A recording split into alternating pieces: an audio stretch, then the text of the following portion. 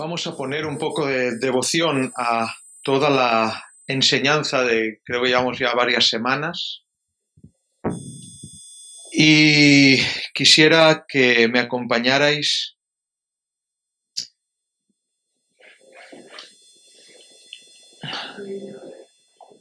a el viaje que Dios me lleva y que Dios me busca y lo hace así. Y no es porque uno lo busque, sino que hay un texto en la palabra que dice, y vino palabra de Dios a Juan. Juan no la buscaba, le vino. Hay gente que busca y no hay manera. Y hay otros que huimos bastante y no se encuentra. Y es lo que hay. Y no hay más. Y no es por la cualidad de uno, no es por lo que uno, lo santo que sea, no es por lo que uno busque a Dios, que buscamos al Señor, que intentamos consagrarnos. Es porque le da la gana. Y la palabra busca a quien le da la gana y ya está, y no hay más. Y os cuento la historia, hermanos. Si yo os preguntara en esta tarde que me contestaseis a algunas preguntas, seguro que coincidiríamos muchos en la respuesta. Si os preguntara que me nombrarais una figura mundial del fútbol, ¿a quién nombraríais? A Cristian. Ha puesto el punto contrario. Es igual, a quien sea, Messi, Pelé, Maradona, Di Stéfano. Si os preguntara del baloncesto, yo creo que coincidiríamos todos, ¿verdad? Sí, Michael Jordan. Si os preguntara un cantante, Camarón de la Isla, José Monje Cruz. ¿Quién más? Frank Sinatra, Luis Miguel, Pavarotti, figuras que son iconos, ¿verdad? Ya no se trata de alguien que cantó bien, es que han marcado una época en la historia de la humanidad, ¿verdad? Una canción. A la batalla cristiana, Adonai. Nos hemos dejado en la figura Sisquetó. Sí. Un político, Martin Luther King, Malcolm X, no sé, Che Guevara, no sé, algunos que nos nombraríamos seguro. Una pintura, venga, una pintura, que ya queda menos, una pintura. ¿Cómo? La Mona Lisa. Alguien dijo las Meninas de Velázquez, los girasoles de Bangkok, las he visto todas, gracias al Señor, Dios me lo ha permitido. Y esta es la pregunta clave, si os preguntara, hermanos míos, en la historia de la humanidad, una escultura que haya marcado la historia de la humanidad. Seguro que aquí todos coincidimos. El David de Miguel Ángel. Todos coincidiremos con esa escultura. Seguro que habrá gente que no coincida en los cantantes, que no coincida, pero en esto, la escultura que es conocida alrededor del mundo por ser el icono de las esculturas alrededor del mundo es el David de Miguel Ángel. Bueno, pues os cuento una historia para empezar a mostrar, intentar que alguien vea, por favor. Es mi deseo, mi único deseo es que alguien diga, madre mía, si es que es verdad. Yo estaba en casa en mi rato de descanso con mi suegro y mi esposa. Ponemos una película hoy. Venga, ponemos una película hoy. Y pusimos una película la cual se basaba en una persecución de coches y casualmente se perseguían por Florencia. Y en la persecución estaba yo muy atento a la película. Qué bien hecha está, cómo se persiguen los coches. Madre mía, están destrozando Florencia. Impresionante. Y pasan un par o tres de veces por delante del David de Miguel Ángel. Y cuando yo estoy así, ausente de Dios, hermanos, en mi rato de descanso, ausente de Dios, el Señor me abofetea y me dice, mira. Digo, ¿qué Señor? Mira otra vez. ¿Qué Señor? Mira otra vez. Y en ese momento que ellos estaban mirando fijamente en el televisor, yo miré y vi y saltó una lágrima de mi corazón brotó y salió por mis ojos cuando vi lo que el Señor me quería decir. ¿Qué os quiero decir, hermanos míos, en este testimonio? Pues que cuando yo contemplé aquella figura, vi la cabeza de David impresionante, cómo reposa la onda sobre su hombro, los brazos formados a la perfección, los brazos imponente, 5 metros de escultura, una locura impresionante. Cuando yo contemplé la escultura y Dios me abofeteó y me dijo, mira, contemplé que había un error en la escultura que le hacía un fraude para siempre. David, el David de Miguel Ángel, no está circuncidado.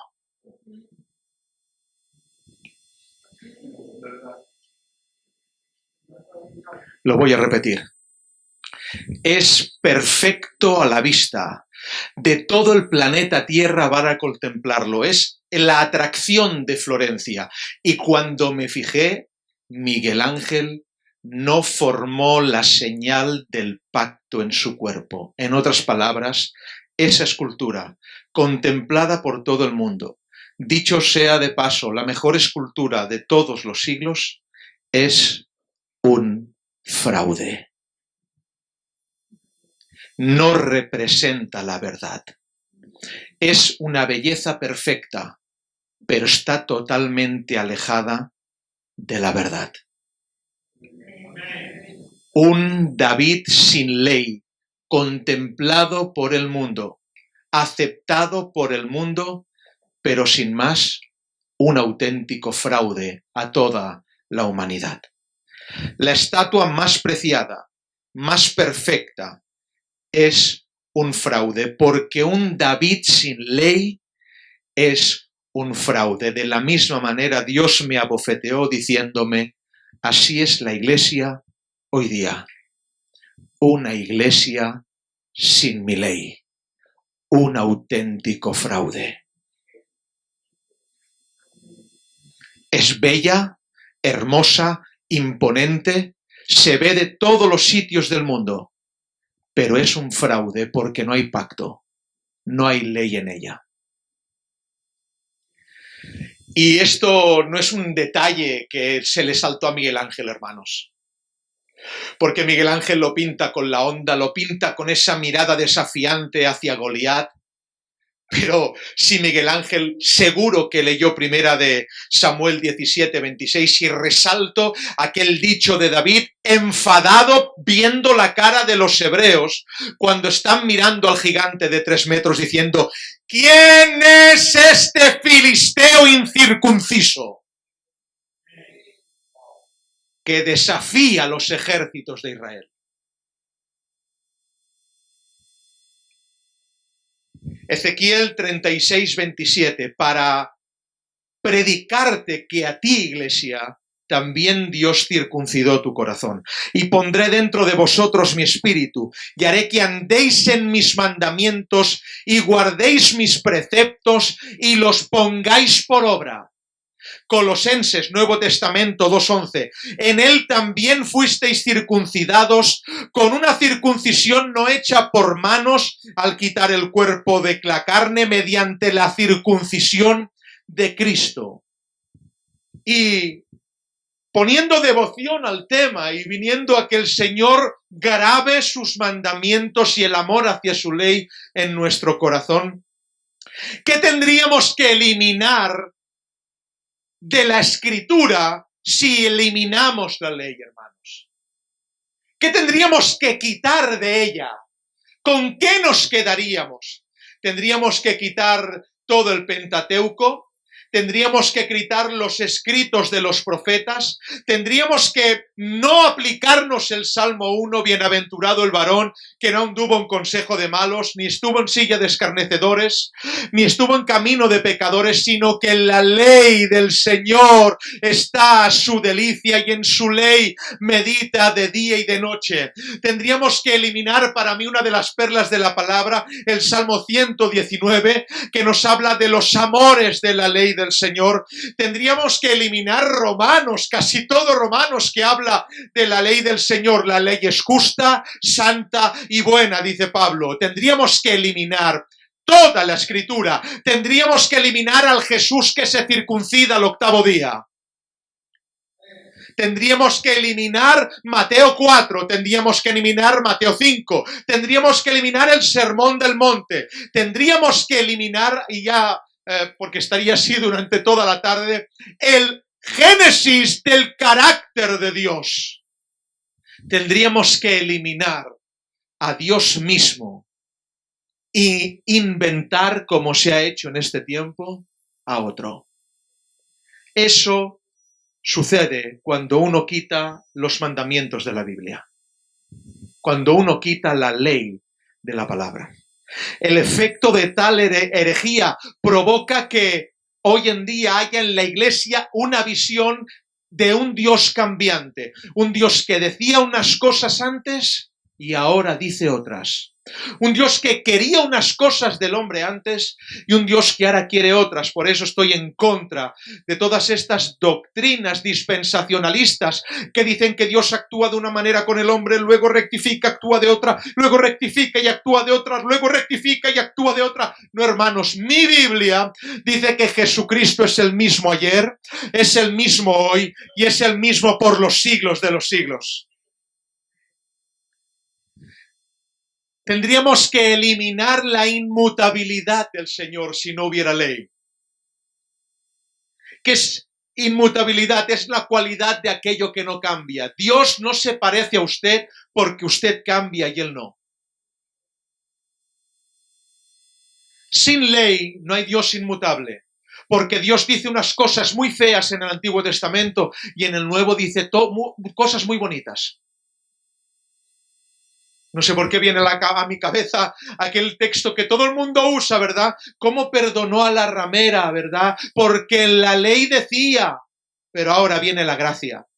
No, hermanos, el Señor nunca dijo que no la apedrearan.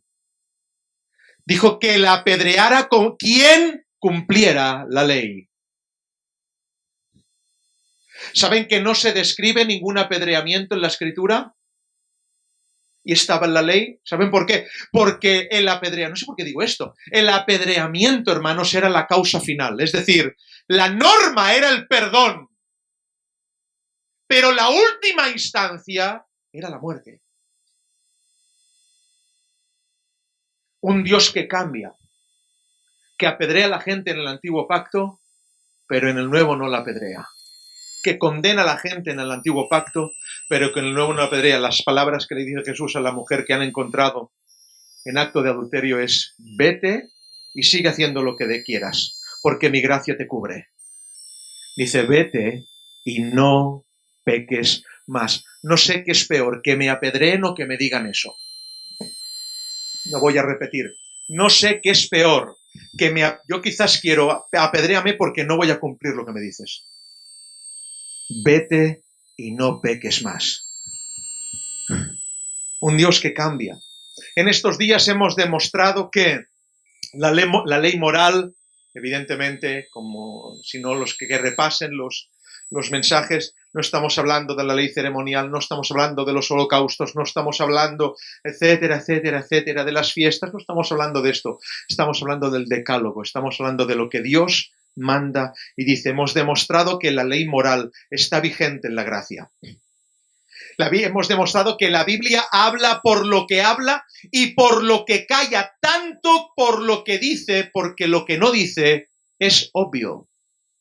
Y demostramos que era más comer de lo sacrificado a los ídolos que adulterar. No, es más, adulterar es un pecado peor, pero es obvio que no le tienen que predicar a los gentiles del capítulo 15 de los Hechos que no adulteren, porque eso es el decálogo, y es obvio que no lo tienen que hacer. Lo hemos demostrado. Hemos demostrado que hay mandamientos que son obvios y no se expresan. Hemos demostrado que está mal acuñado el término ley mosaica, porque si la ley es de Moisés es exclusiva para Israel. Pero la ley no es de Moisés. La ley es de Dios. Hemos demostrado que la ley preexistía antes que Sinaí. ¿Por qué? Porque José no adultera pudiendo hacerlo porque tiene temor de pecar y nadie aparentemente le ha predicado de eso, pero sí se lo predicaron porque había ley. Hemos demostrado que preexistía por los diezmos de Abraham. ¿Quién le contó a Abraham que había que diezmar? Si no era Israel aún, no existía el decálogo aún, no existían las leyes de Dios para con Israel. ¿Quién le dijo a Dios que tenía que reposar el séptimo día si no había ley? Hemos demostrado que la ley preexistía antes. Hemos demostrado que matar a Caín es asesinato. Es fuerte que en el siglo XXI tengamos que demostrar esto. Y que había ley y que Dios enjuicia a quien ha matado a un hombre cuando no aparece en ningún momento no matarás cuando Caín mata a Abel. Y hay ley porque hay pecado. Porque la definición de pecado en la Biblia, y lo dice en el Nuevo Testamento, no en el Antiguo, en el Nuevo Testamento la definición de la Biblia, primera de Juan 3:4, es el pecado es infracción, transgresión de la ley. En el Nuevo Testamento hemos demostrado que Dios habla en el presente acerca de la ley que tenemos que guardar. Y también quiero demostrar y deciros que ese es el deseo del diablo, que no haya ley. ¿Por qué? Porque de esta manera el hombre no peca. ¿Estáis aquí? Lo voy a repetir. Porque de esta manera el hombre no peca. Y si el hombre no peca, Dios no enjuicia. Y si Dios no enjuicia, puedo vivir en mis pecados tranquilo. Ese es el deseo del diablo. Hemos dicho muchas veces en estos días, y si no os acordáis, o no lo he dicho demasiadas veces, os lo recuerdo, que aún los gentiles, dice Romanos 2:14, tenían ley, dice, porque cuando los gentiles que no tienen ley hacen por naturaleza lo que es de la ley, estos, aunque no tengan ley, son ley para sí mismos. Es decir, gente que no conoce a Dios, Pablo habla a los gentiles de los gentiles. Porque a ti ya no te considera gentil. Un gentil es alguien sin Dios. No somos judíos, pero tampoco gentiles. Somos el Israel de Dios. El Israel como Noé, el Israel como Enoc. Somos el Israel de Dios.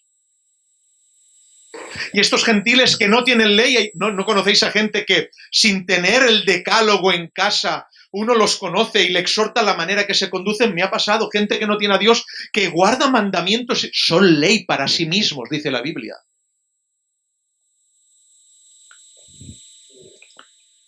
Lo sé, y es increíble porque la Biblia dice que hasta los inconversos tienen ley, pero la Iglesia dice que no hay ley.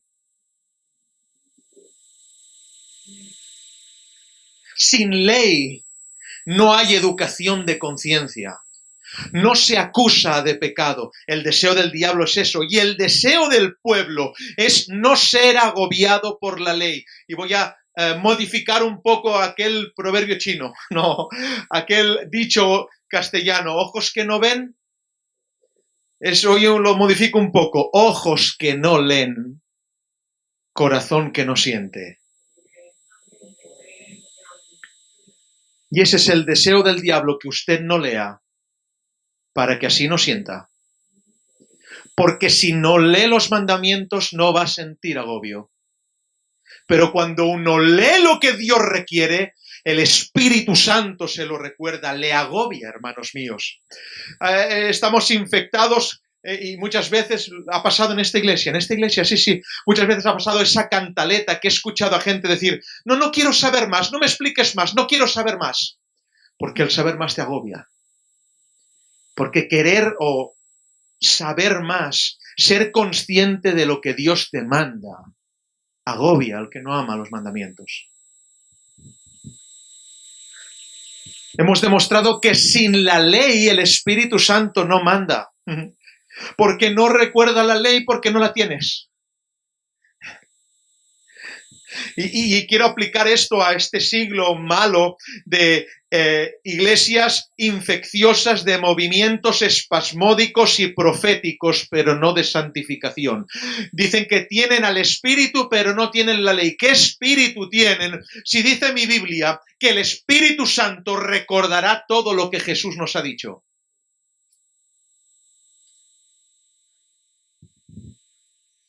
Entendemos que la Iglesia debe guardar mandamientos no como método de justificación, eso es judaizar y eso es legalismo, sino guardar mandamientos como método de relación. Juan 14:15. Si me amáis. ¿Quién dijo esto, Moisés? ¿Quién lo dijo? ¿No? Lo dijo Jesús. Esto lo dijo Jesús. Si me amas, Romel, guarda mis mandamientos.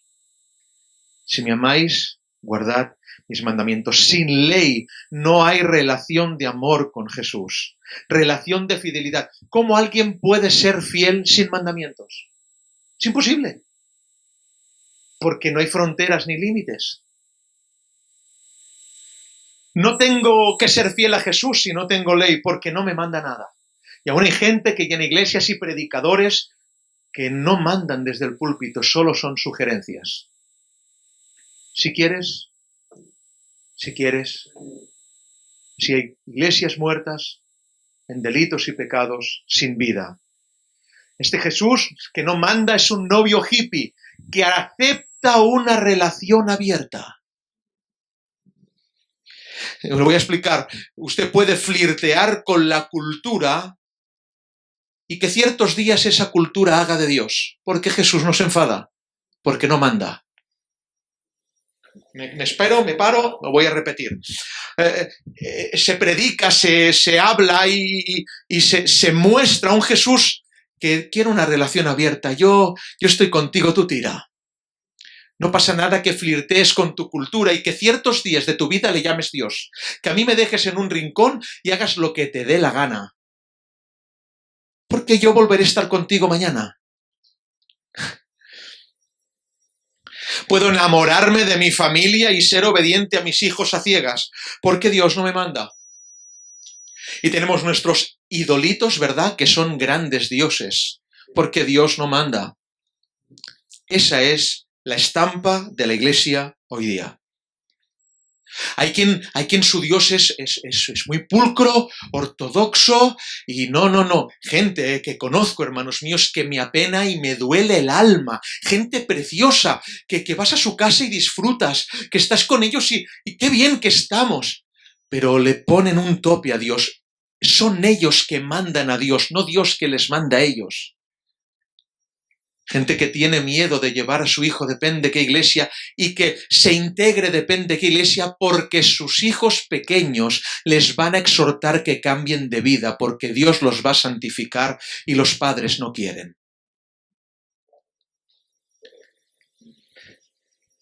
Y le ponen tope al Señor. Yo soy del camino hasta aquí.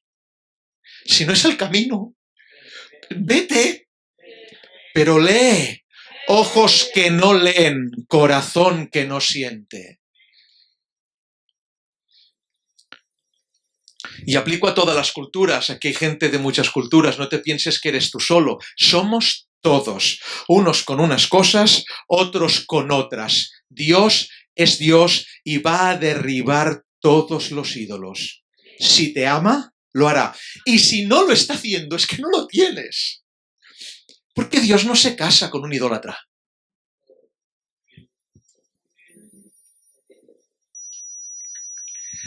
Luego está, y hemos demostrado la sutileza del legalismo, judaizar, que es muy atractiva. ¿Por qué es tan atractiva? Porque hay mucha verdad.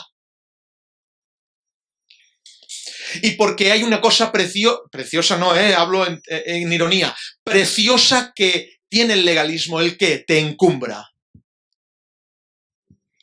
¿Estáis aquí? Esto es muy importante. Es la base de todo, quizás. Te encumbra a ti, porque cuando guardas mandamientos te sientes satisfecho, te justificas y te elevas.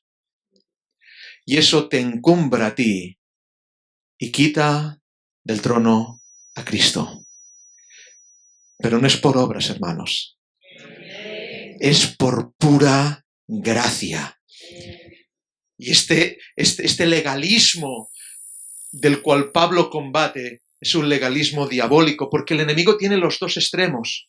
O te hace asquerosamente impío, o te hace asquerosamente santo. ¿No lo sabéis? Sí.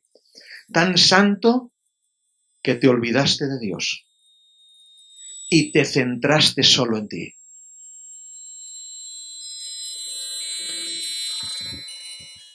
Es el legalismo que encumbra al hombre, ¿verdad? Huimos de él y huyamos. Los que tenemos problemas con esto, huyamos de él. Que se encumbre Cristo. ¿Por qué? La Escritura nos enseña que cómo tuercen, ¿verdad?, los legalistas y los judaizantes la Escritura.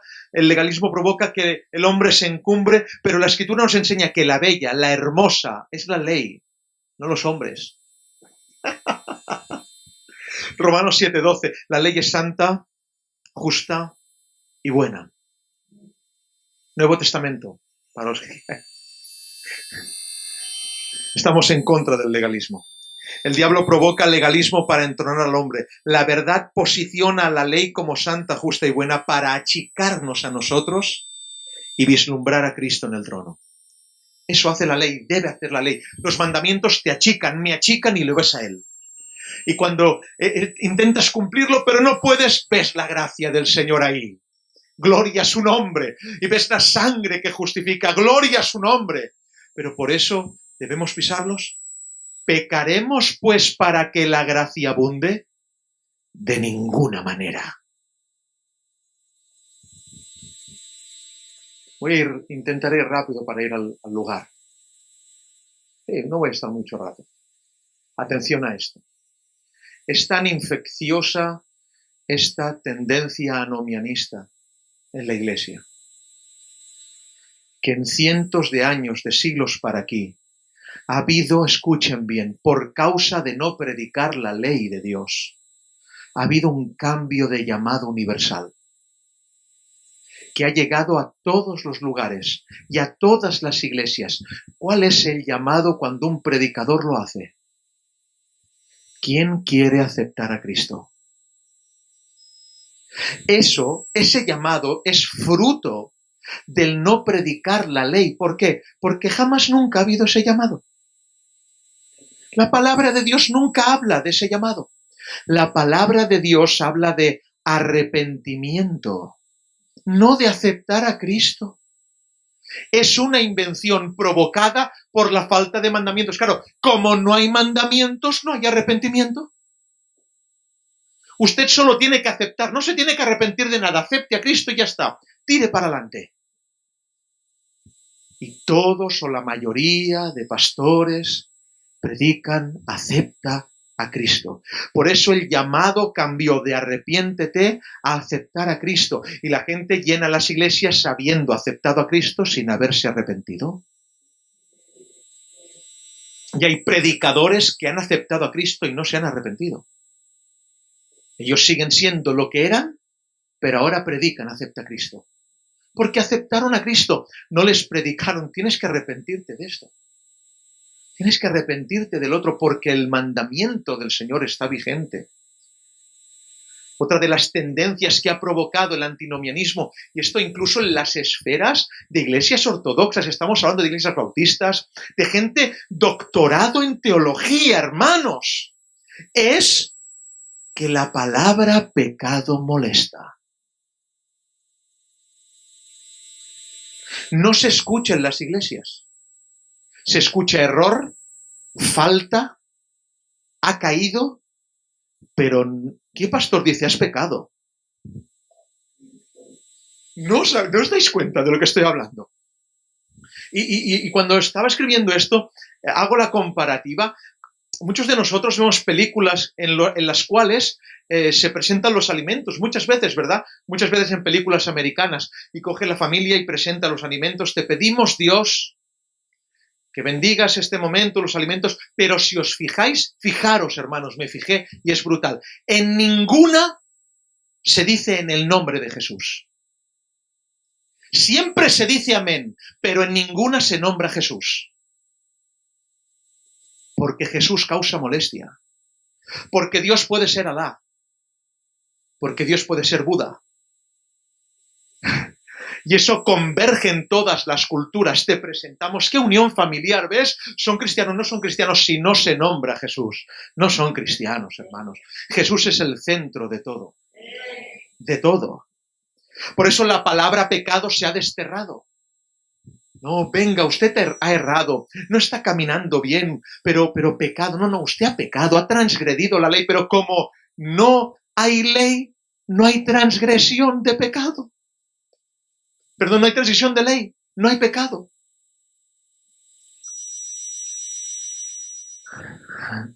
Aleluya. Pero vayamos a la cruz de nuevo, hermanos.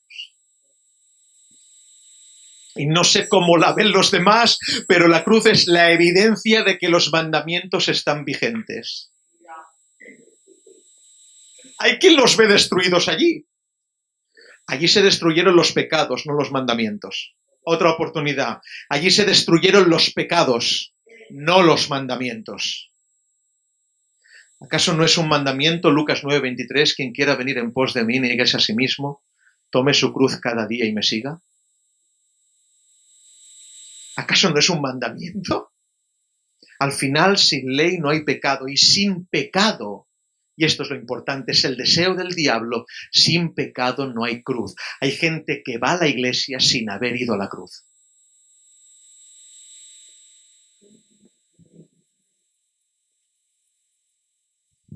El diablo quiere hacer desaparecer la cruz, y para hacer desaparecer la cruz quiere hacer desaparecer la ley. Porque la ley a usted y a mí nos lleva a la cruz. ¿O no? Cuando usted ha pecado, ha caído delante del Señor, ¿dónde va?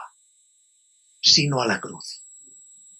Pero cuando no hay ley, puede venir a la iglesia sin haber ido a la cruz. Usted puede bautizarse sin haber ido a la cruz. Puede ser predicador sin haber ido a la cruz. El diablo no la puede hacer desaparecer, pero desea esconderla. Sin ley, la cruz es el salvoconducto para el libertinaje. ¿Quién va a la cruz a eso? ¡Qué herejía destructora tan enorme! Ir a la cruz para volver a pecar. Menospreciando y pisoteando, como dice Hebreos, la sangre de Cristo, teniéndola por inmunda. ¿Quién escapará de tal castigo?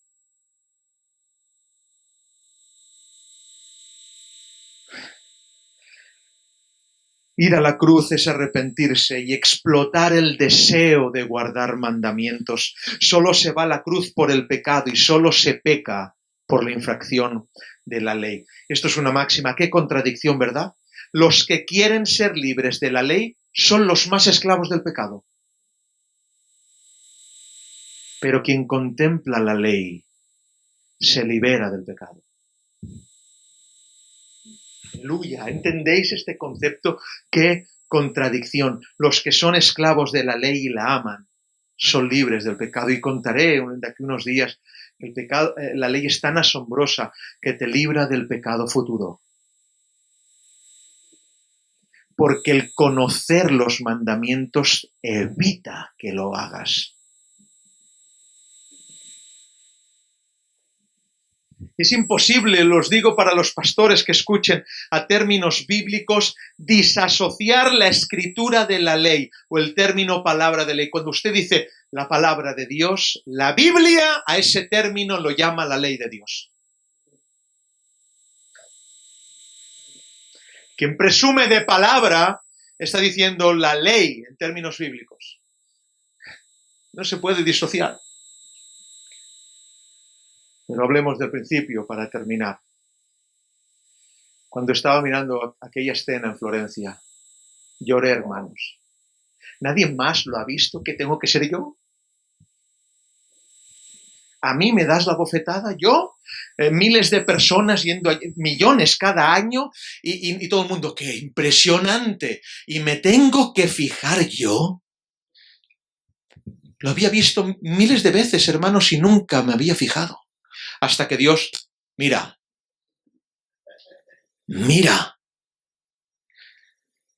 El David de Miguel Ángel es un David incircunciso. Un David sin ley. Yo vivimos en la época de una iglesia sin ley. La estatua más famosa de la historia es un fraude. Es impresionante, hermanos. Y lo aplico al evangelio de hoy. El evangelio más impresionante que está seduciendo es un fraude. Porque no hay ley. El David de Miguel Ángel no sangró al 8º día. Porque la ley provoca sangre siempre. De la misma manera que el evangelio provoca sangre siempre. Y si no lo hace, no es evangelio. Quisiera repetirlo constantemente. Si no lo hace, no es evangelio. ¿Cómo habla David? ¿Quién es este incircunciso? No dice gigante, 3 metros, no habla de espada, lanza y jabalina. Cuando lo ve solo recuerda una cosa. ¿Quién es este incircunciso? Y no es que vaya desnudo, pero lo sabe. Y no es que David vaya desnudo, pero sabe lo que tiene, es señal del pacto. Dios está conmigo, tengo un pacto en mí.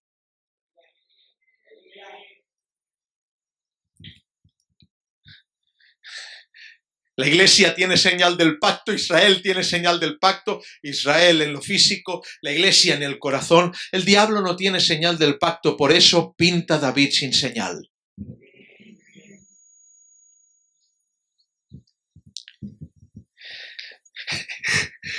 Parece que las características de Goliat son las demandas de la iglesia de hoy día. Nadie se ha dado cuenta de esto. Nadie de los millones de personas que lo han visto, nadie se ha dado cuenta y nadie se da cuenta de lo que está pasando hoy en la iglesia.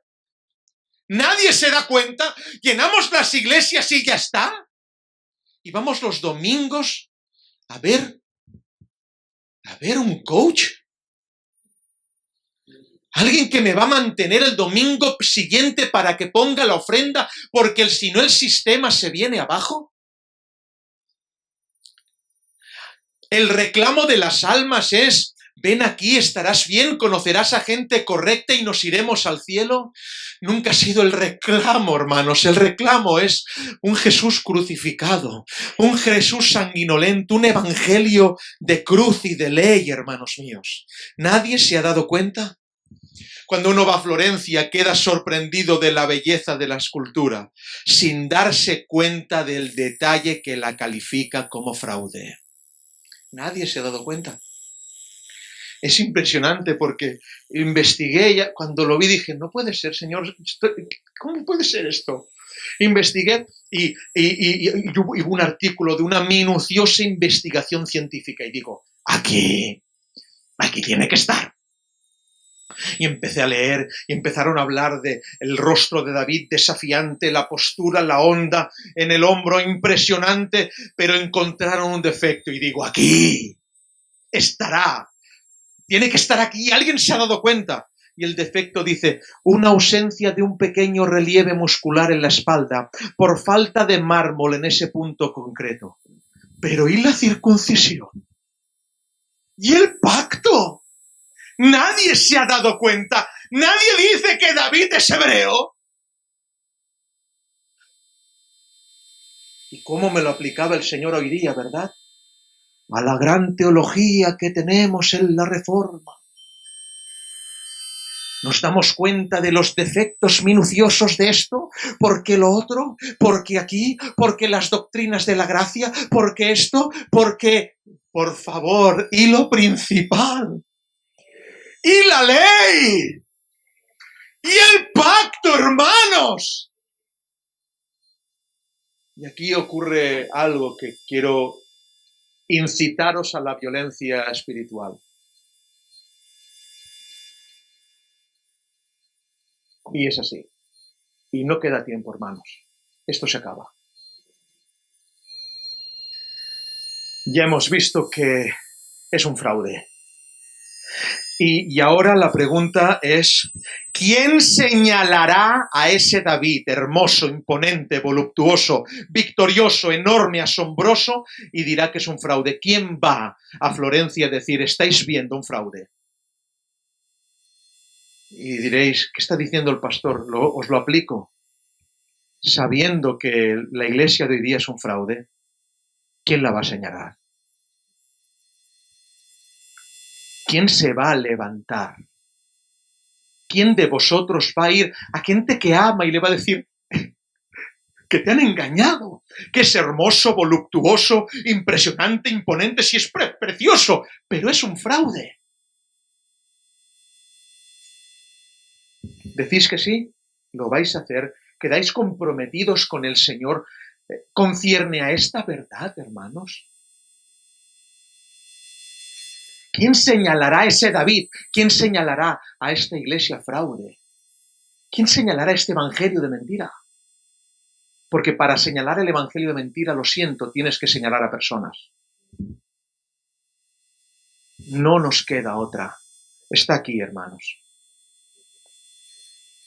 Y ahora la pregunta que es aún más, vale, porque señalamos al David, pero ¿quién señala a Miguel Ángel, el mejor escultor de la historia, que es un vendido o un impostor?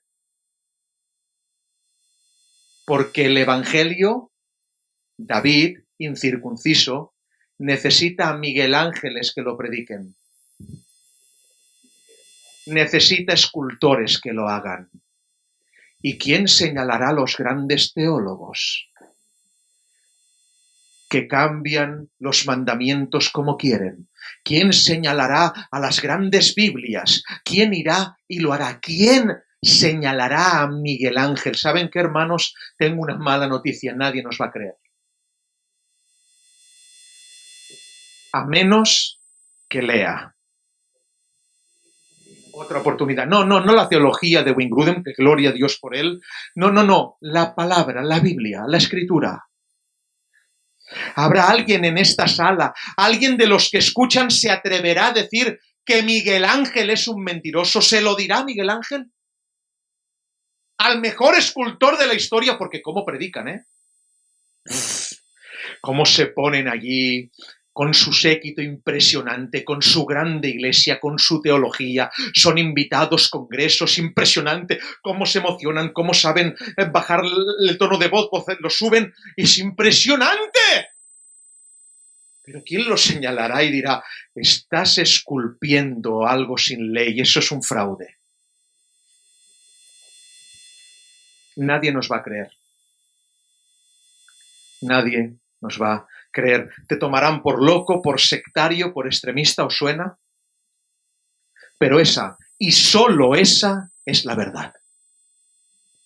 Dice Romanos 3:4, sea Dios veraz y todo hombre mentiroso, incluido yo. Sea Dios veraz y todo hombre mentiroso. Y es aplicable. ¿Os pensáis que los que tenéis aquí leídos eran famosos? ¿Os pensáis que entraron en la credibilidad cientos de años después porque cuando ellos fueron desterrados del criterium de la élite sacerdotal? Jeremías, Ezequiel, todos desterrados.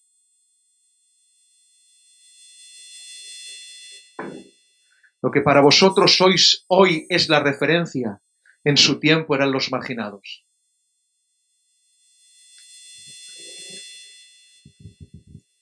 Y Miguel Ángel fue desleal a la verdad.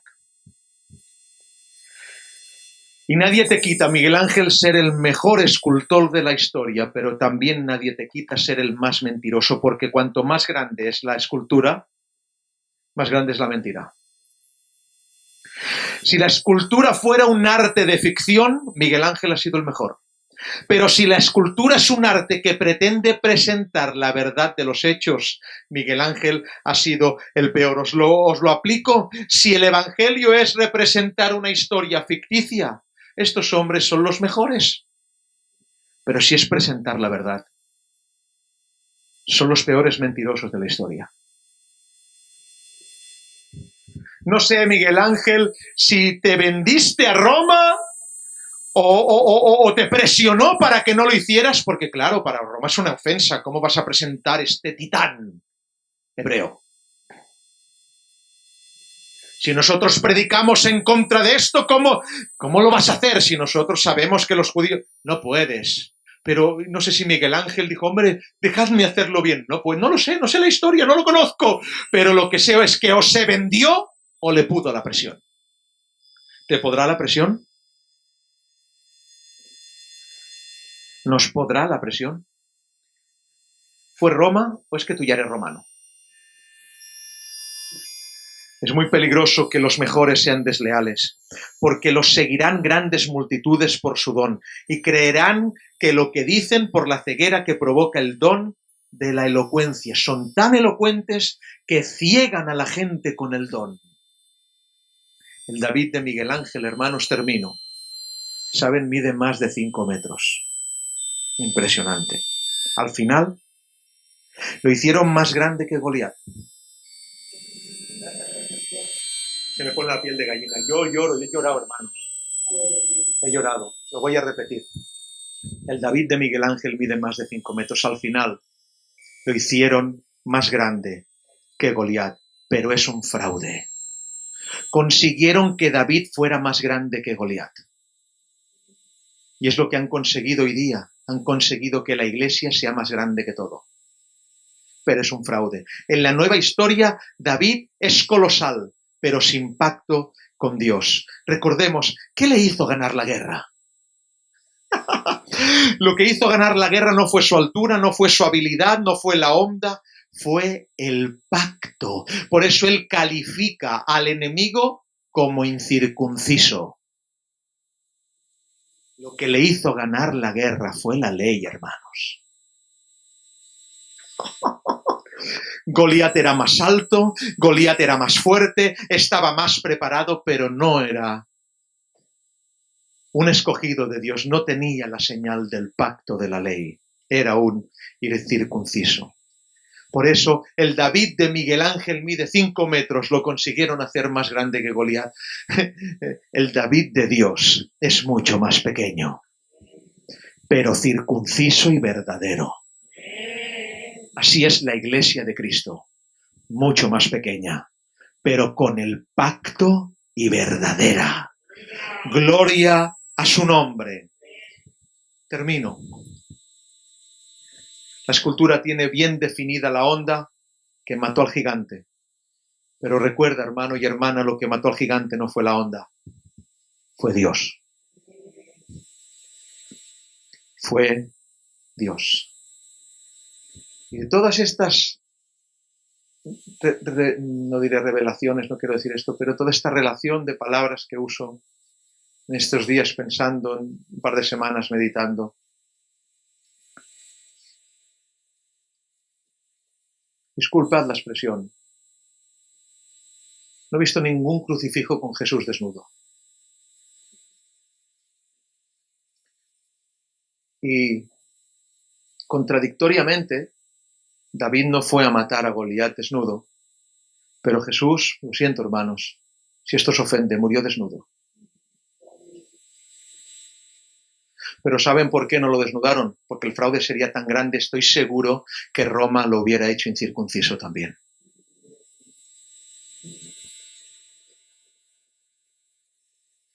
Y tengo que deciros que el Jesús de la Biblia fue circuncidado el 8º día. Guardó la ley y predicó así: si me amáis, guardad mis mandamientos. Vamos a orar.